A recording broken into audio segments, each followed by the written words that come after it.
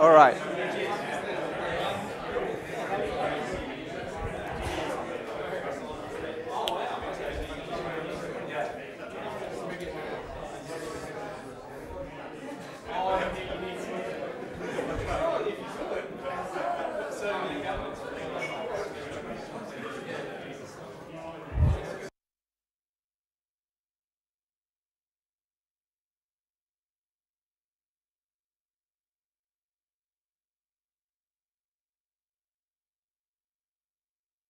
Everybody, welcome. Thanks for coming along. Welcome to CocoaHeads 110 for October. And if you haven't joined the Slack group, this is the last time it'll be up there tonight. So jump on and wake up the little sleeping Heroku instance that'll invite you to Slack. Can I have a quick hands for who's new, who hasn't been here before? Welcome. Thanks for coming along. Mugunt, you're new as well. Yep. Tonight's topic is ARKit. I'm not sure, but I'm really excited. I showed my mum the IKEA app this week, saying, "Look at this cool stuff you can do." Little bit lost on her. She couldn't see it in the room. I said, no, it's on the phone. But I'm really excited for tonight's presentations. Ben's up for the month it was first. Simon is going to take us through the getting started with SpriteKit and dynamic textures in ARKit. That'll be really great. Vlast is going to talk about the reveal demo still, the AR reveal demo. And Reno is going to talk about something completely different. Which I think will be, as Reno said, the dessert the other day. I'm Jesse. I'm an iOS developer. I've been around for a little while, running this for a little while. If I don't know you, come and say hi. Tonight's agenda will kick off about now. We'll have some presentations till sort of 7:45, 8 o'clock when the pizzas all get trolleyed in. Help yourself to drinks as we go. Don't hesitate. And then depending on how we go, we'll do presentations after pizza, and then we'll finish up. So the drinks that we're enjoying and the food tonight are thanks to JTribe, and Armin's here from JTribe. Do you want to jump up and say hi from JTribe? Yeah. Hi. Hi. Thanks for coming along. I think we're always happy to support the community with everything, whatever we can. Beer and pizza seems to be a trend in the moment. Just a word about JTribe. If you don't know us, we build apps for iOS, Android, and the web even. I know, evil. We just arrived the corner on Collins Street, local shop, and we currently working hard on an app for November. So hang in there to grab the latest November app in a couple of weeks and get on board to raise some funds for November. Are you going to shave arm and start again? No, that's an investment. I'll pay you to shave it off. Last year was pretty impressive. Thank you, Armin, and thanks for JTribe for sponsoring as well. You guys have been sponsoring for as long as I can remember, at least once, twice a year. Thank you. And our hosts tonight, and for the whole year, have been Outwear. And Wayne is here, or Benedict is here from Outwear. Do you want to shout out for Outwear? Yeah, it's been great to host CocoaHeads over the last year and be a part of the community and give back. It's a really valuable and important event to be part of. So thanks for having us. And as usual, we're always hiring. So any of you are interested, come and have a chat at some point. Awesome. Thank you. All right, so on to some quick general business. As most of you know, or some of you don't, we're going to this is our last meetup for 2017. I've called it the CocoaHeads summer break. Summer, it's a break for me at least. So we're going to skip November, December, and we normally don't meet in January. So it's really only November and December. We'll be back on the second Thursday of February for 2018. And this is a good opportunity for me and the few of us that kind of organise this every month to sort of sit back and kind of recalibrate.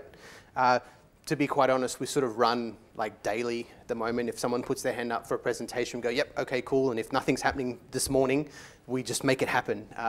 So it's, and that's for everything, sponsors, talks, everything. So we're going to sit back and kind of organise ourselves a little bit. And on that note, CocoaHeads for 2018 really does need your input. We're looking for feedback, ideas. If you attend other meetups, run other meetups. I know a few of you run other meetups and attend other meetups. I'm looking for that feedback. We're looking for volunteers and we're looking for sponsors. The local iOS dev community, business community, is pretty good with their sponsorship. But as always, it's always looking. I guess the rough plan for 2018 is a new venue, new hack night, new drinks night, and new members.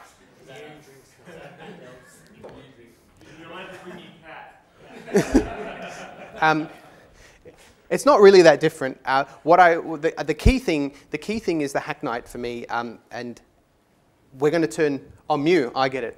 That's my mistake. That's my mistake for this month. You can tell I didn't copy paste it. I handwrote all that, MEW. We're going to sort of take the current hack night that's in a bar, and we're going to call that the drinks night. And then we're going to create a new hack night that is hosted at either an office or a venue, and it's more hack oriented. Yeah, you're the one. Yeah, bring your laptop. We might even have some sort of mini presentations, some little tutorials, get started. If you've got problems with your iOS or you're new into iOS or Mac OS, we'll need to fly Tony down if we need Mac OS help. But sorry, Blas. We have you both there. I really wanted to encourage new members as well. So that's the rough plan. We're going to work towards organising that over the next few months. There's opportunities to volunteer everywhere. It's not... You're on your second mistake already. Title. OPPORUNITIES. That's a mistype. That's... I was working really hard today. I think I spelled that wrong last month. This slide's from last month. These are the sort of things that go into this, like organising speakers, like touching base with people, making sure that they're on board. You see me do that in Slack at the moment.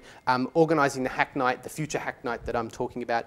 Organising the Twitter feed and the blog post and the meetup group. Video and live streaming. I mean, I've worked that out over the last 2 years on my own, but like that's something that if you're interested in, you can help. There's 2 years of backlog of videos that need to be cut and edited and put on YouTube. And already that's paying dividends, even just putting them up the day after I'm doing it at the moment. People are already referencing them and talking about them. It's great. On the night, event logistics, helping out with the beers, helping out with the pizzas. Event social media historian, getting the photos, putting them on the meetup group, and presenting the month that was. MCing, like standing here and spell checking my slides or writing your own correct slides. I'm not looking for a secretary. We're going to have an organisation meeting. This will be an interesting experiment. Sean's offered up his office. You're going to let us fill it up to a capacity, but if you're interested in contributing, and a few of you have already come to me and said, I'm keen to help, keen to volunteer, I've got you on a short list and I'm going to get in touch directly. Come along to this. I'll have an agenda. We'll chat about maybe divvying up responsibilities or ideas and this and that. So step one, if you are interested in attending, come and talk to one of us first.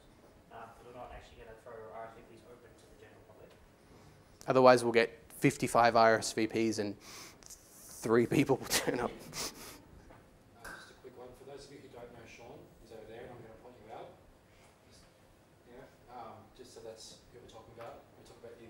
additional offerings offers. Yeah. Got to give a spiel about the apps. Oh, I'll get up later. Yeah, half the presentations tonight are from itty bitty apps, so you'll know itty bitty apps. So anyway, that's happening. If you're interested, get in touch with me, or get in touch with Rob, or get in touch with Ben. It's an opportunity to sort of help us plan. Melbourne CocoaHeads.com/2018 links to the blog post about all those details. Final slide is our sponsors for 2017. I want to just sort of call out Outwear. Outwear actually sponsored the beer and pizza for 3 months this year. J-Tribe sponsored for 2. Realestate.com.au, Dias, Redbubble, and Playgrounds Conference. Hopefully that comes back next year. Playgrounds Conference sponsored February. I just want to give a bit of a clap to all the sponsors.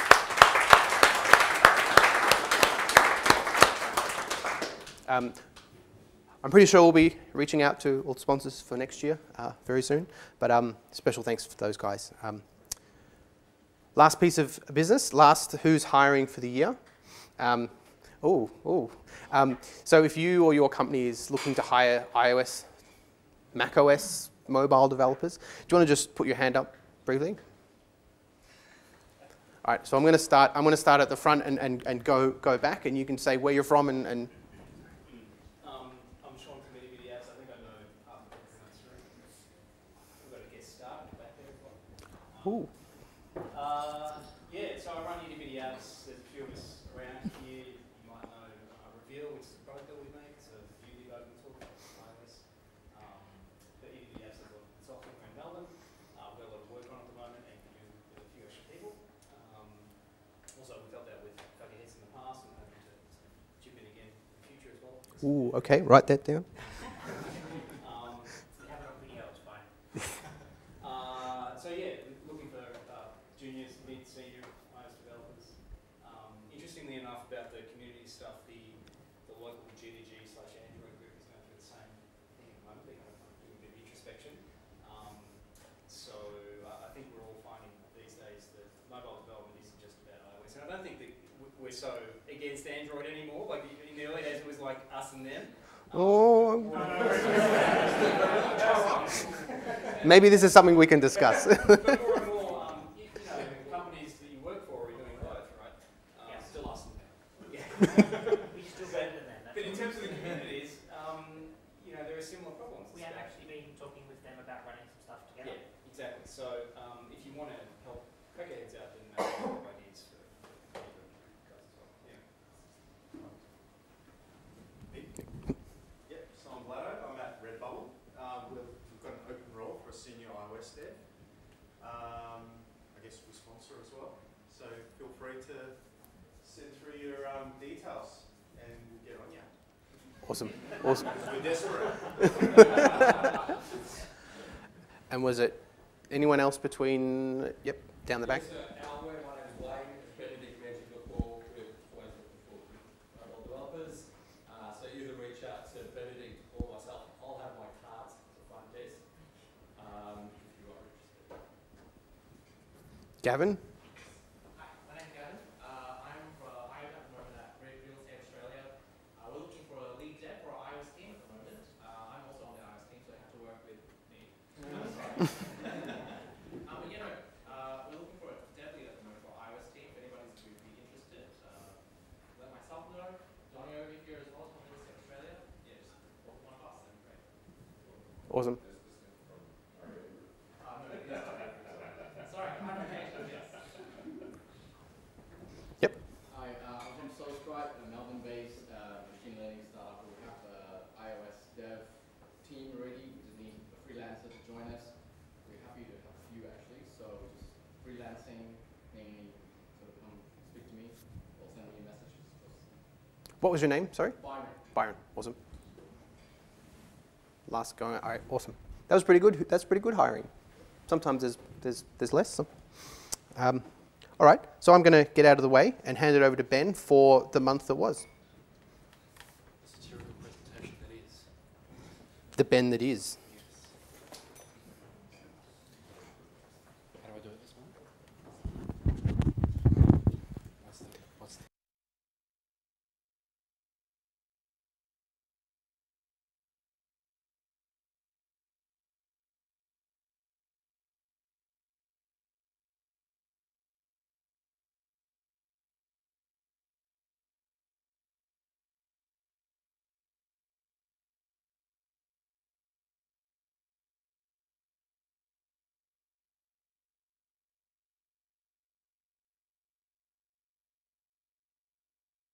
Yes, it remembered. So that's on. It is on. So I'll put it on mute for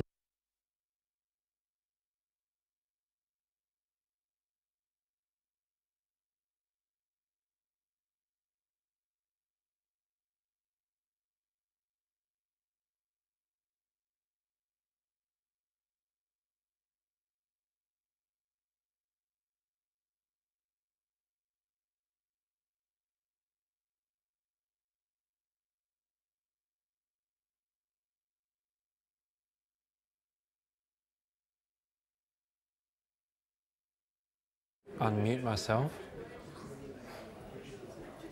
Just start talking. Yeah. All right. So I'm just going to kick off the month that was, the, I don't know, October that has been since the last meetup. And I'd like to kick off. Shut up, Matt. Anyway, starting off with this, we had an interesting thing hit the rounds on Mac Rumors 9 to 5 Mac Hacker News. Everyone was covering it. Even Sunrise had a go. Not Sunrise, to the Today Show rather.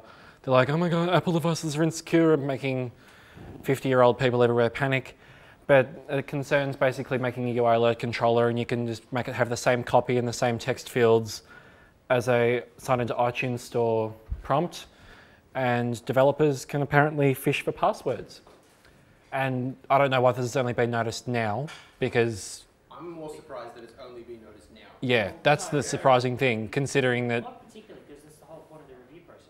Yeah, well, at the same time, like, you know, it could be controlled by JSON, who knows, like... Right, so they're old, that's only changed in the recent ones, because the old UI alerts look nothing like what you could do from the web. Yeah. So it wasn't really an issue. Yeah.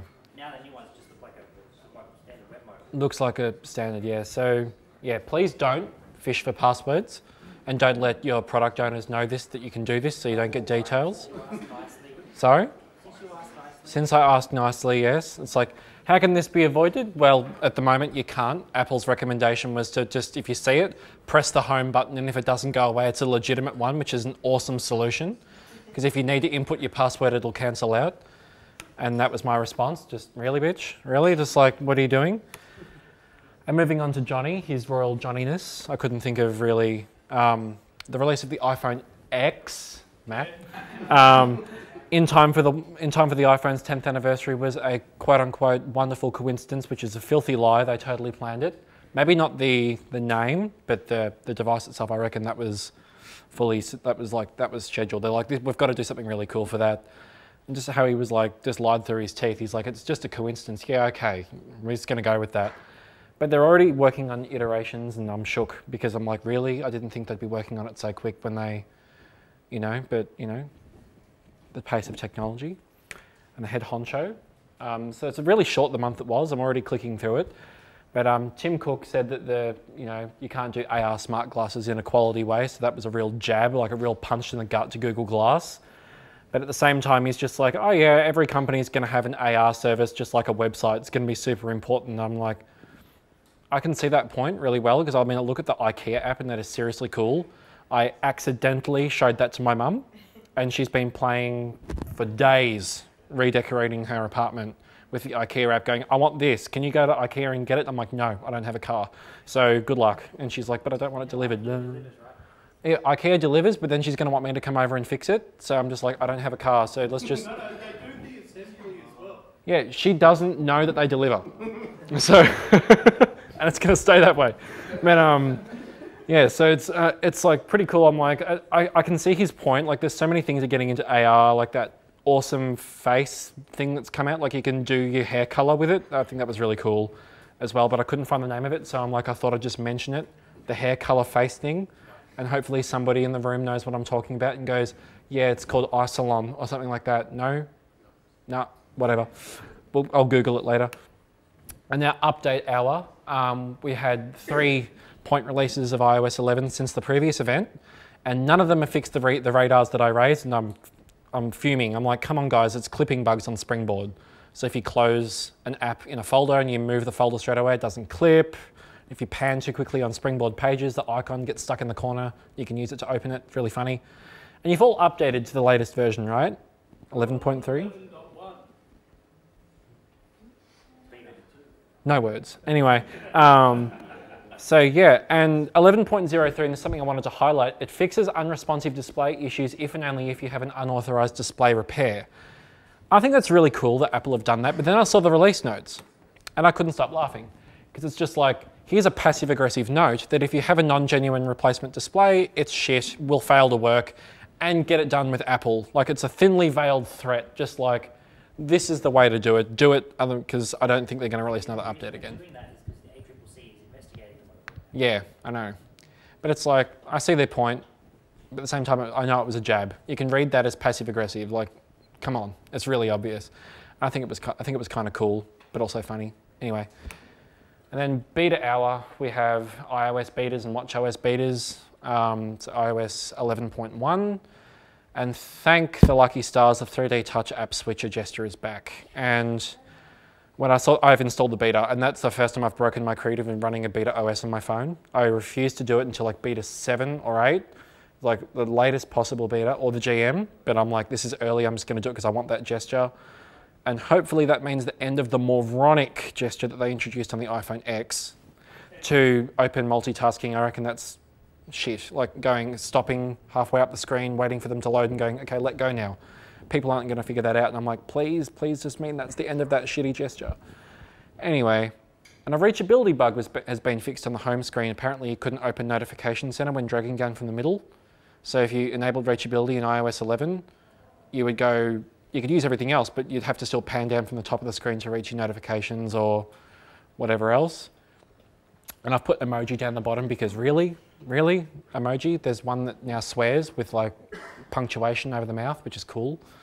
So I can put that without actually using the language. Sorry? Surprised you didn't do 10 slides on You said that was the first draft. I had all of the 56 new emoji, then sub-slides with all of the different skin colors and deciding which one was the best one.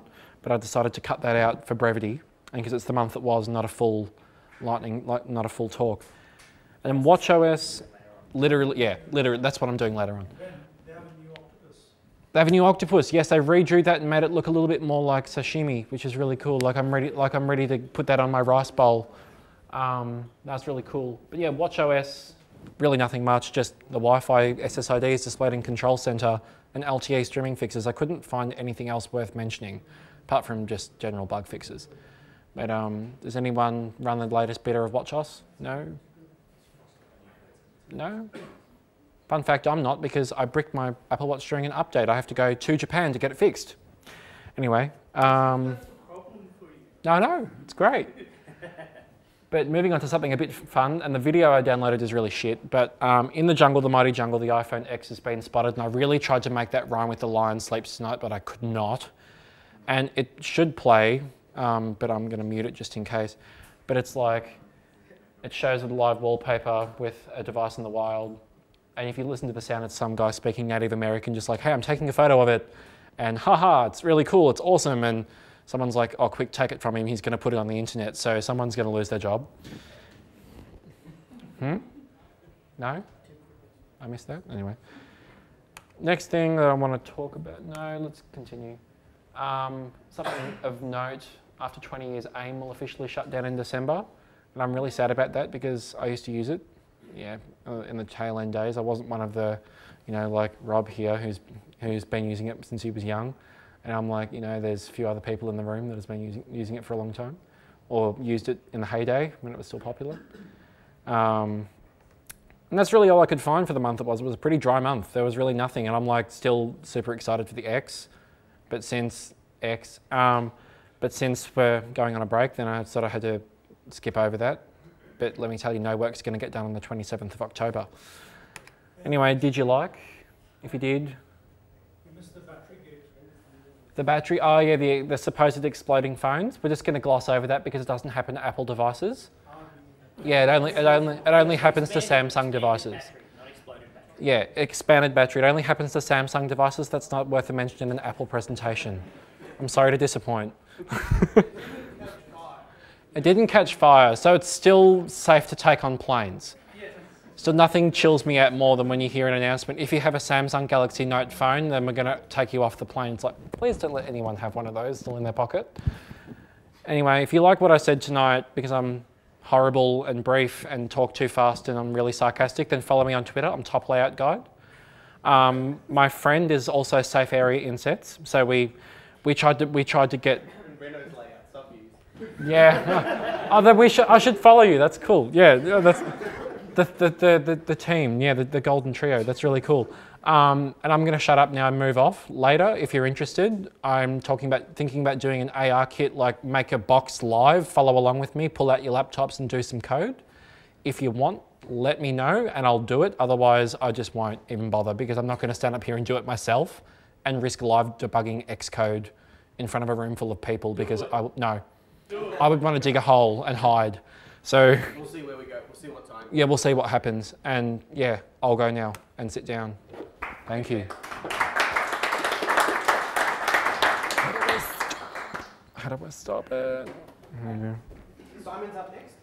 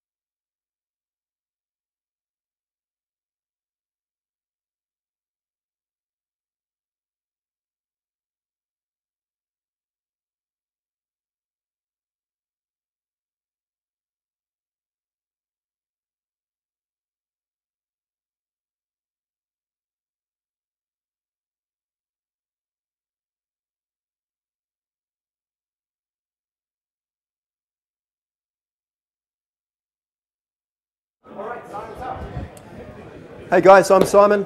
Thanks for coming tonight. I've just got one request, and that is this is my first time as a speaker, so please be gentle with me.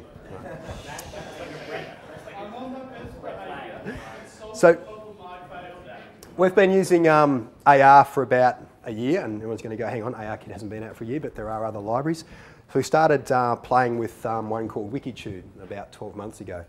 It had a slightly different kind of bent and skill sets. It was more about for marketing, so it specialised in image recognition. Hold your phone up, see something, then it'd augment some overlays like some advertising or something around the image, and was also good for geo-positioning of content as you looked around the world as well. So interesting to look at ARKit, been playing with that since June, and the different sort of mentality that you need to bring to the table there. Show of hands, who has worked with ARKit? Who's opened it up, done the sample? I'm guessing a lot of people would have done the samples, Googled a bit, done a bit of playing. Has anyone taken something through to production quality? I know the Redbubble guys have seen your awesome work, that's awesome. Me, I'm still searching for the commercial reality of where to play. We're currently using it for some bait and some teas and around some other things we're doing. Come and have a chat to me afterwards if you're actually doing anything, because yeah, we can swap stories. What we're going to do tonight is I was going to start with jumping into doing SpriteKit texture rendering onto ARKit geometries.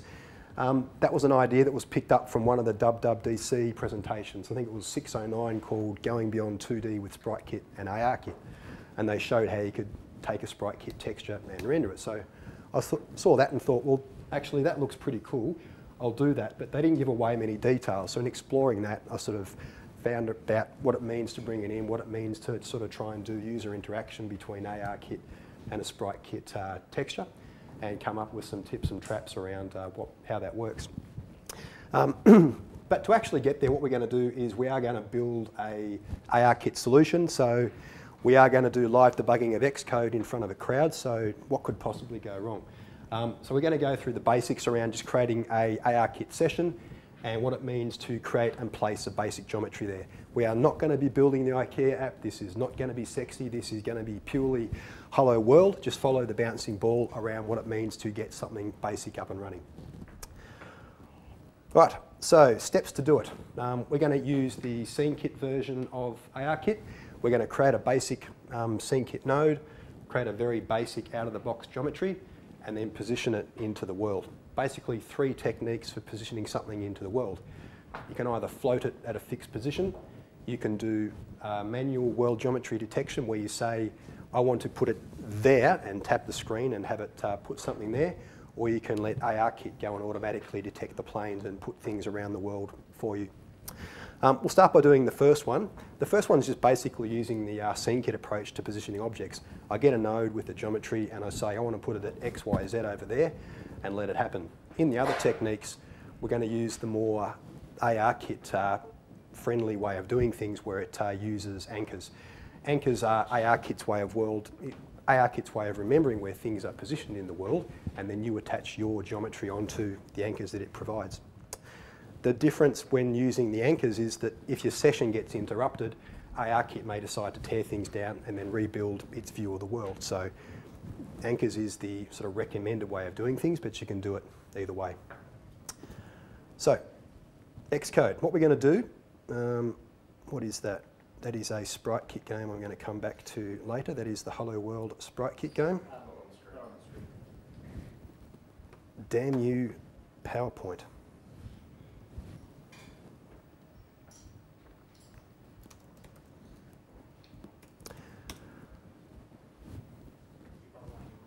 Yeah, I want to try and enable mirroring. I don't like this other view.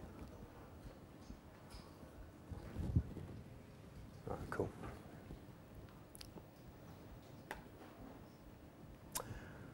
All right, so new project.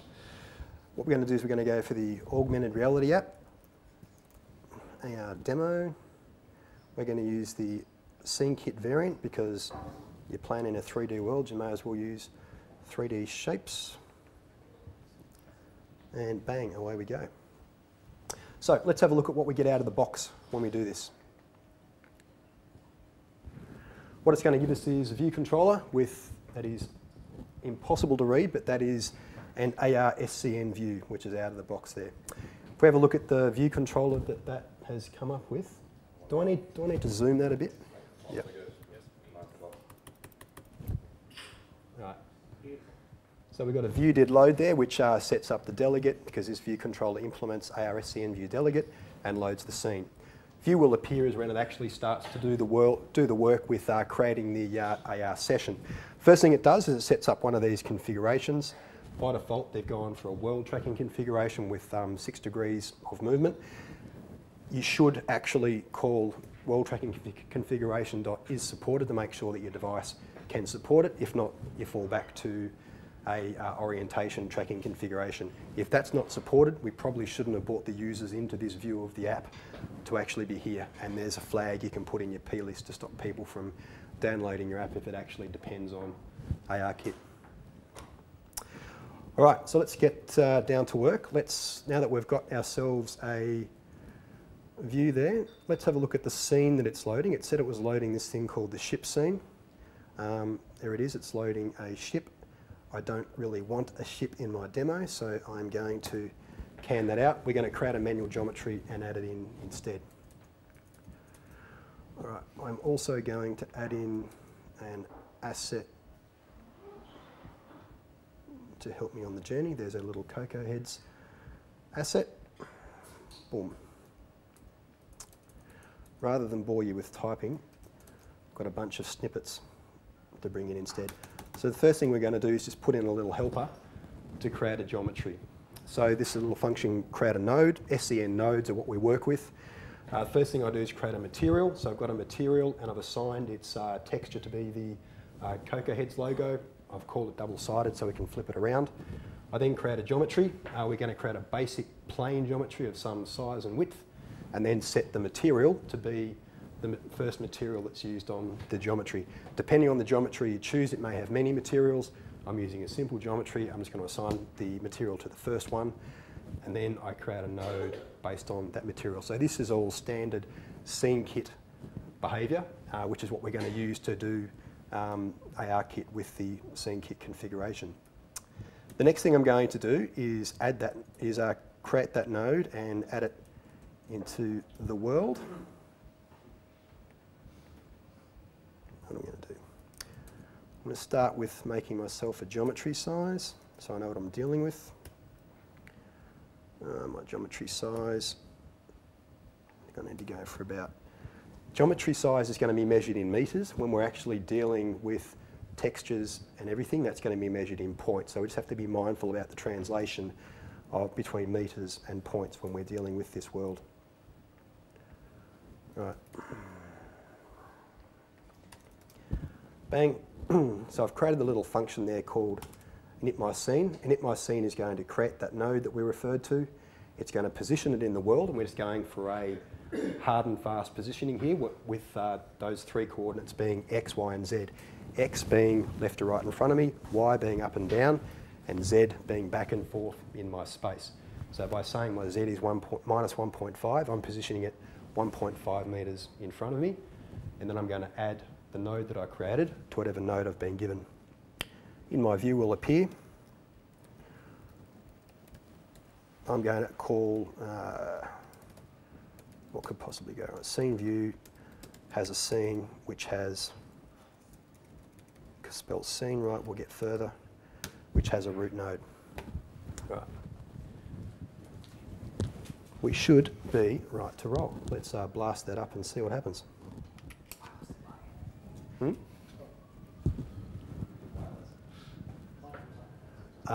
My experience has been that it takes about 30 minutes to deploy to my phone over wireless. I'm not sure if it's my phone or what it is, but I'm not doing that. All right. Almost knocked my laptop off before. Do I have QuickTime Player? I do. That is a very disturbing sight.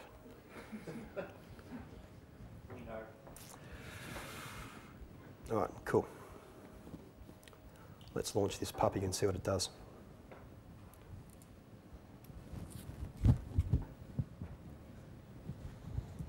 Gee, a build failure here would be embarrassing.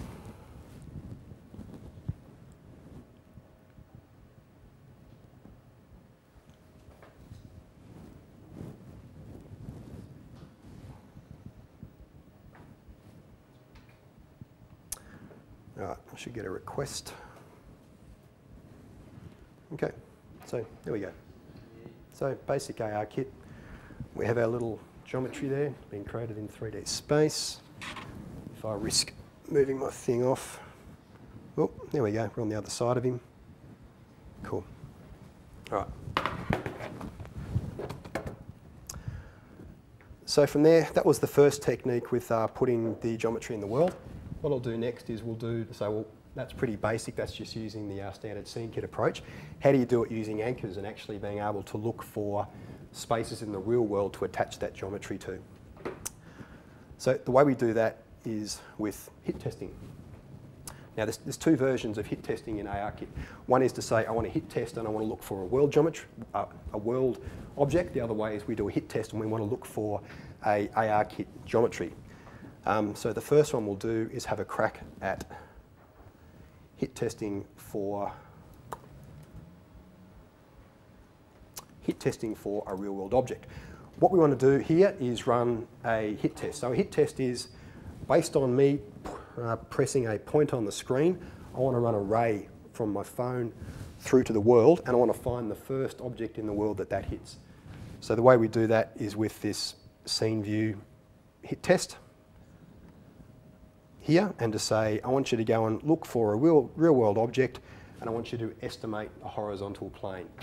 that is going to have a quick and dirty look for a horizontal plane. It will be less accurate than the actual automatic plane detection, but it will give you a quicker result. Once I've got a potential hit, I want to then go and create an anchor in the world such that I can then attach node to it. So what I'm going to do is create myself an anchor and pass in the world transform. That world transform that it's found is a very complex 4-part, that's unreadable.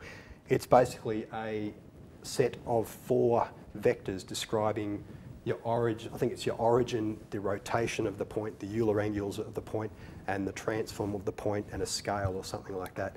So it's pretty complex, but we just pass that into the anchor, and the anchor will know what to do with that.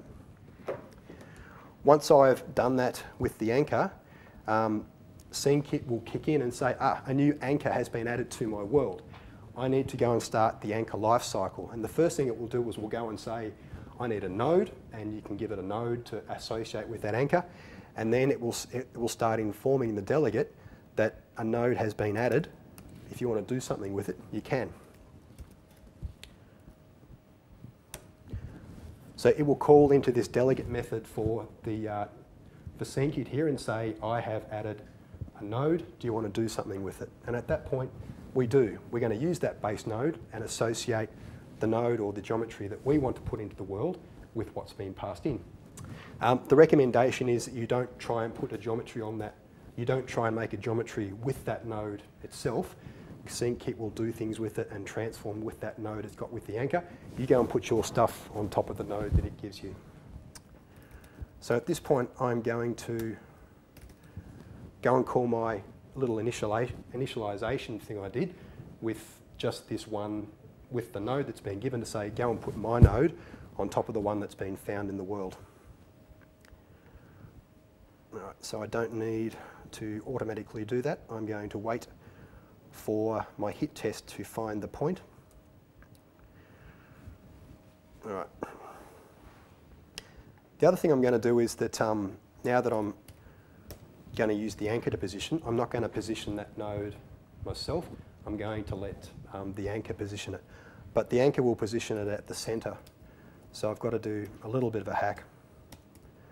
And actually, because the plane's going to be vertical with the center in the middle, the point might be on the ground. I don't want my plane going through the ground, so I'm just going to bob it up just a fraction to sit on top of the ground. Right. Let's see what that does.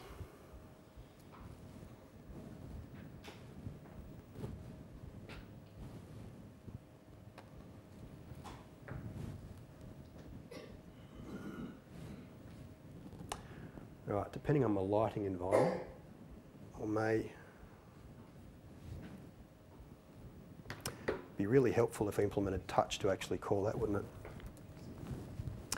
Tip for beginners. All right, I'm just going to use a basic touch to say, when I get the touch, go and run the hit test. Touch, hit test. I'm just going to use a basic touch. I'm not going to bother setting up a gesture or anything, but works equally well with a gesture.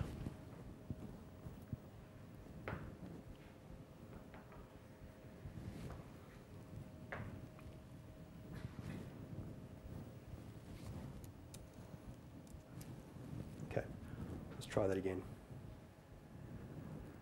Oh, there we are, got a couple there. So it's found an anchor point out there near those first chairs, that first row of chairs, and it's positioned it there. So the hit test has detected a point, created an anchor, passed that into added that to the ARKit session, and then the session has gone.